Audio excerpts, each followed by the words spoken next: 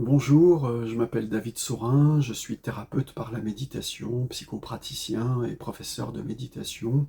Dans cette courte vidéo, je vais essayer de vous expliquer de quelle manière on traite en thérapie par la méditation l'anxiété, l'angoisse, l'inquiétude, voire même les crises d'angoisse, de panique ou les phobies d'impulsion.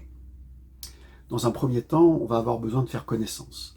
Et là, je vais vous poser beaucoup de questions et vous allez avoir un espace pour vous exprimer, de manière à mieux connaître votre propre personnalité, votre histoire de vie, la représentation que vous avez de vous-même, les mécanismes de votre esprit et comment fonctionne précisément cette angoisse. Ensuite, dès la première séance, je vais commencer à vous enseigner certaines méthodes de respiration. Il y a des méthodes psychocorporelles et des méthodes de respiration qui vous permettront de diminuer les symptômes.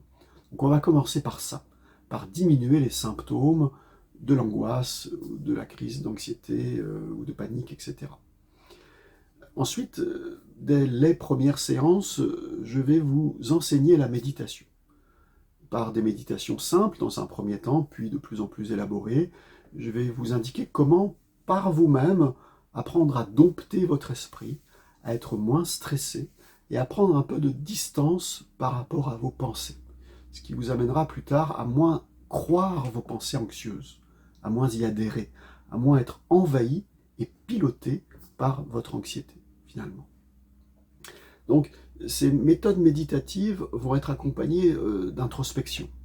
On va essayer de décortiquer très finement les mécanismes de votre esprit qui vous amènent à imaginer des scénarios catastrophes, qui vous amènent à vous sentir mal dans votre corps. Et pour cela, on va associer des méthodes cognitives, c'est-à-dire la connaissance de soi, la connaissance des mécanismes, des enseignements de sagesse aussi et des conseils que je pourrais vous apporter pour mieux comprendre comment ça marche en vous. On va aussi apporter des méthodes psychocorporelles comme l'accueil de l'émotion dans le corps. Vous apprendrez à accueillir vraiment vos sensations corporelles et à avoir moins peur de vos émotions, à être moins effrayé par vos sensations corporelles, notamment en utilisant la respiration pour vous recentrer. Et dans le quotidien, je vous donnerai tout un tas de trucs, d'astuces pour changer vos habitudes, pour changer vos comportements et pour changer vos réactions face à l'anxiété. Et même pour prévenir les crises d'angoisse ou d'anxiété. Vous voyez, on aborde donc les choses sous différents angles, avec différentes méthodes. C'est pas une seule méthode qui peut vous aider à vous guérir, c'est en associant différentes méthodes que vous arriverez à vous débarrasser de ces mal-être. Un focus particulier sur les phobies d'impulsion. Vous savez, ce sont ces sensations que l'on va commettre quelque chose de grave, de négatif, et on a vraiment cette vision qu'on est en train de le faire, et parfois même on a comme une sensation dans le corps qu'on est sur le point de commettre quelque chose de très négatif. Je vous parle de ça parce que ça arrive à beaucoup de personnes. Parfois on a honte d'en parler. En thérapie, on peut vraiment dire tout ce qu'il y a en nous. C'est vraiment un espace de transparence, de vérité, dans lequel on peut vraiment tout déballer, tout mettre sur la table, et ensemble, on va décortiquer les choses et chercher des solutions.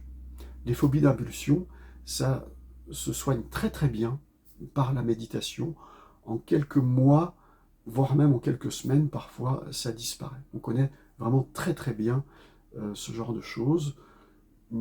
Alors, si vous souhaitez prendre rendez-vous, eh bien, vous pouvez vous rendre sur mon site internet, vous pouvez m'écrire par mail, m'exposer succinctement ce qui vous amène, ou simplement par SMS, et là, on aura une petite conversation téléphonique. On prendra rendez-vous généralement sous 2-3 semaines, et je tâcherai de vous accompagner vers le mieux-être, vers la paix intérieure, la tranquillité, et c'est possible. C'est possible de progresser vers ça petit à petit.